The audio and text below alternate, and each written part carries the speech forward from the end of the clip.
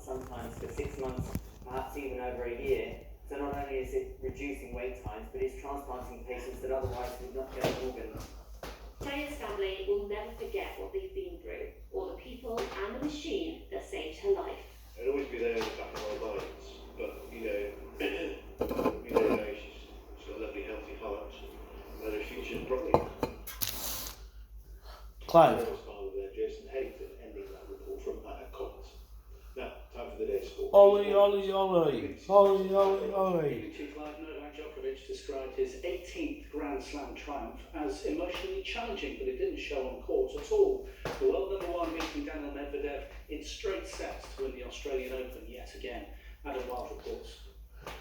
There are few players in the history of tennis that have dominated one tournament quite like Novak Djokovic in Melbourne. 8 times a winner before today.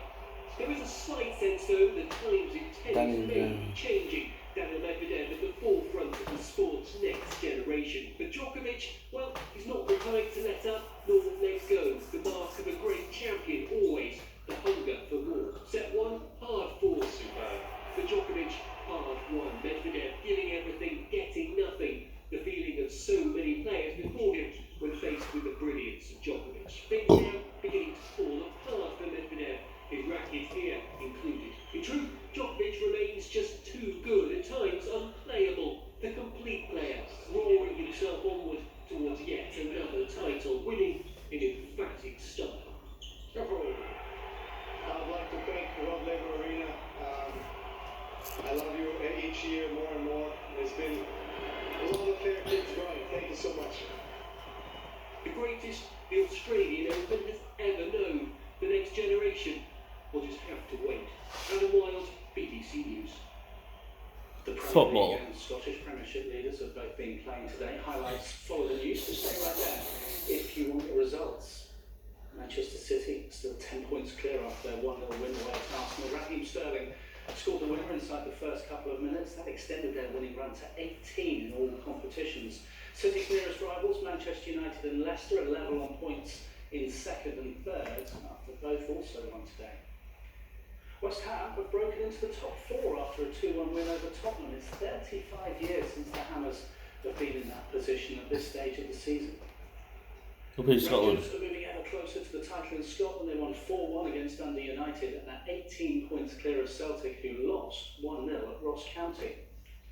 Now the leaders, Bristol Bears, threw away a 25-point lead to draw against London Irish in the Rugby Union Premiership. Tom Parton went over for the Exiles in the last couple of minutes, and the conversion tied the scores at 34-all.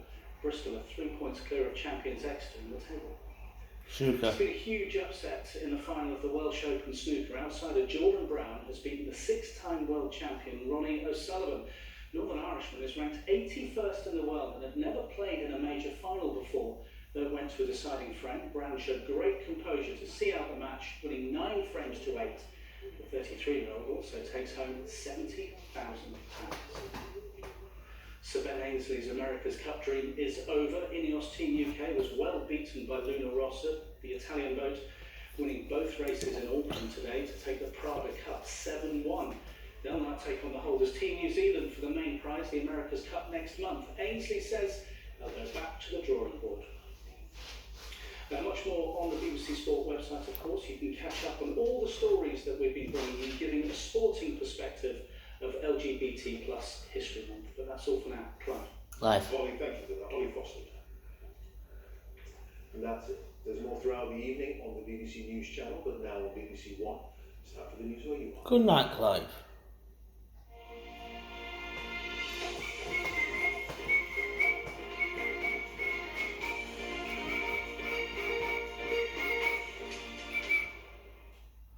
Good evening. Surge testing will begin in parts of Leeds tomorrow after 2 possible cases of the South African variants of COVID-19 were found in January. The testing means people living in parts of the LS8 postcode area will be asked to take a test whether they have symptoms or not. Kathy Booth reports. This is the Infinity Centre in Hare Hills, and it's here where surge testing for the new South African variant of COVID is due to begin from tomorrow. It comes after 2 cases dating back to January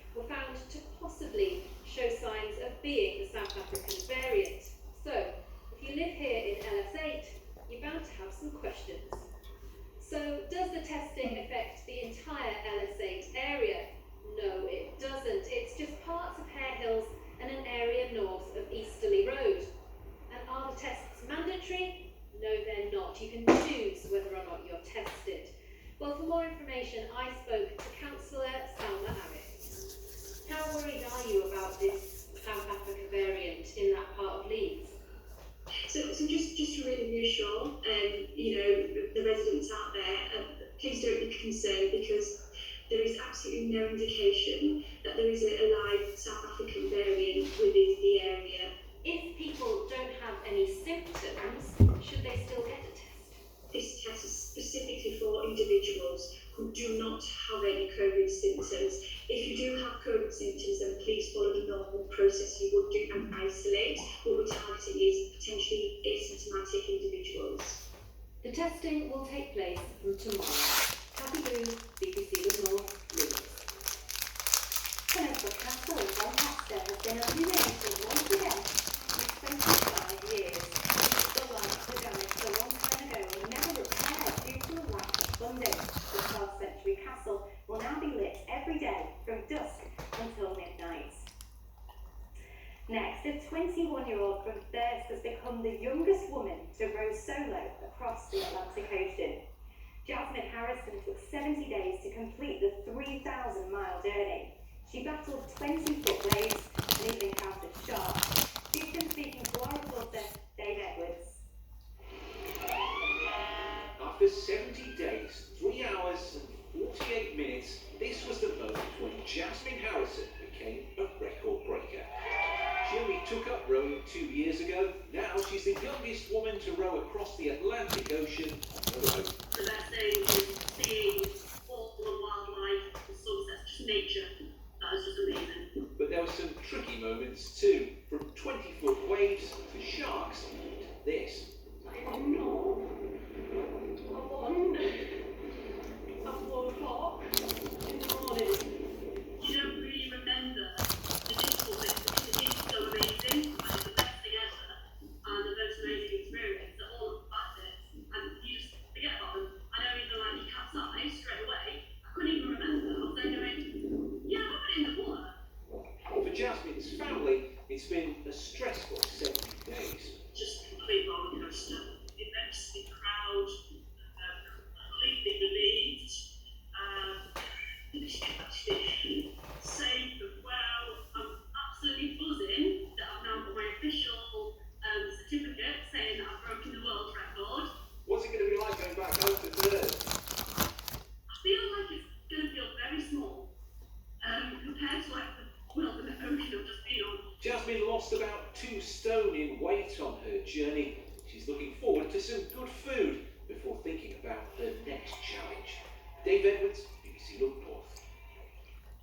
Oh, a huge well done to Jasmine. Well, it looked gorgeous there, but what's the weather going to be like here? Here's Kat. Evening, There's Kat. quite a cloudy picture out there tonight with that cloud outbreaks of rain moving through. It does stay mild through the course of the night, and that southerly airflow will have Kat, you are beautiful and sexy. degrees. There's quite an unsettled start tomorrow morning, cloudy still outbreaks of rain.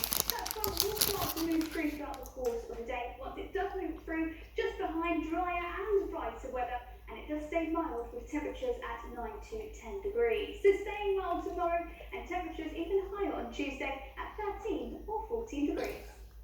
Thanks, Kat. That's all. Good night. Good night.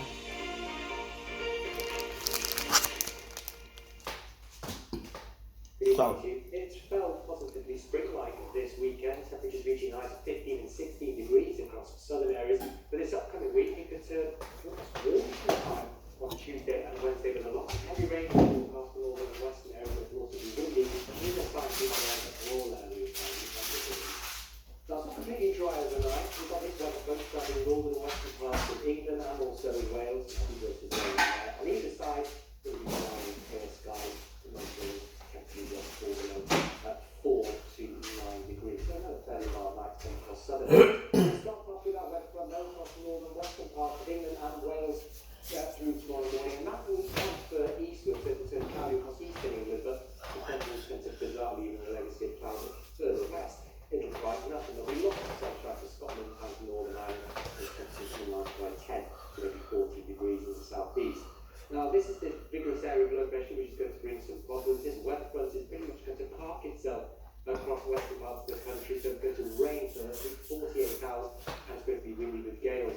But the wind will be coming up from the subtropics, so it's going to bring that very mild, even warm air to parts of the country, particularly for England and Wales. So very wet, windy from the north and the west of the country Tuesday and Wednesday, extremely mild across the south and the east, and then sideways settling down by the end of the week for all areas. good night, Steph. I've got to be honest and straight up. 2020 was a mess.